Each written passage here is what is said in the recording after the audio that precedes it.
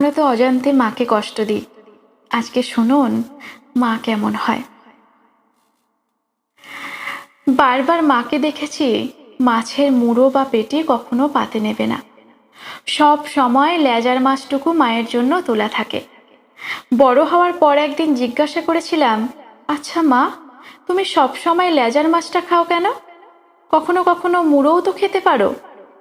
বাবা সেটা শুনে মুখ টিপে হেসে বলেছিল, তোর দিদা তো তোর মাকে শুধু লেজার মাছ খাইয়েছে, তাই তোর মা লেজা ছাড়া অন্য মাছের স্বাদ বোঝে না। আমি বলেছিলাম, লেজার মাছে তো প্রচুর কাঁটা, ভালো লাগে তোমার?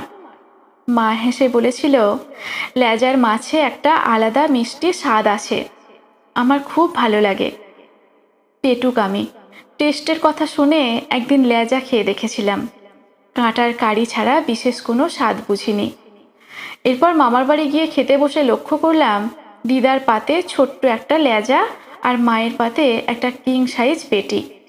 এর আগেও মামার বাড়িতে গেছি, খেয়েছি, কিন্তু এত ডিটেলে লক্ষ্য করিনি। আমি অবাক হয়ে দিদাকে বললাম, আরে মা তো পেটি খায় না গো, মাকে লেজাটা দাও।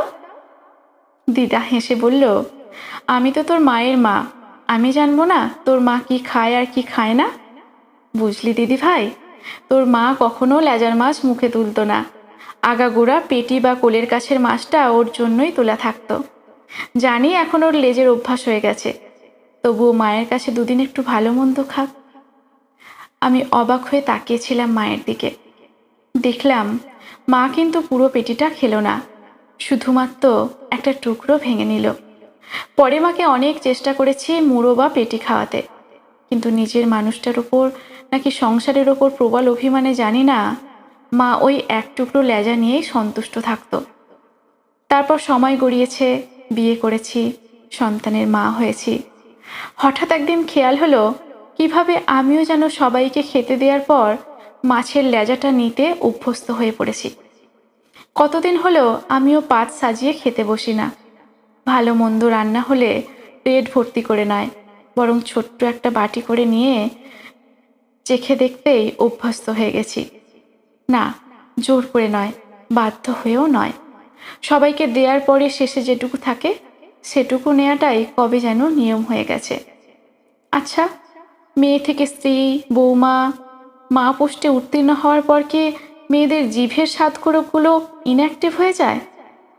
যেটুকু আছে সেটুকুই চেটে পুষে নেওয়ার অভ্যেস কি সংসার তৈরি করে দেয় নাকি আমরা নিজেরাই অভ্যাস করে নিই? কে জানে। লেখাটি লিখেছে পার্বতী মোদক, পাঠে আমি শ্রাবণী দাস।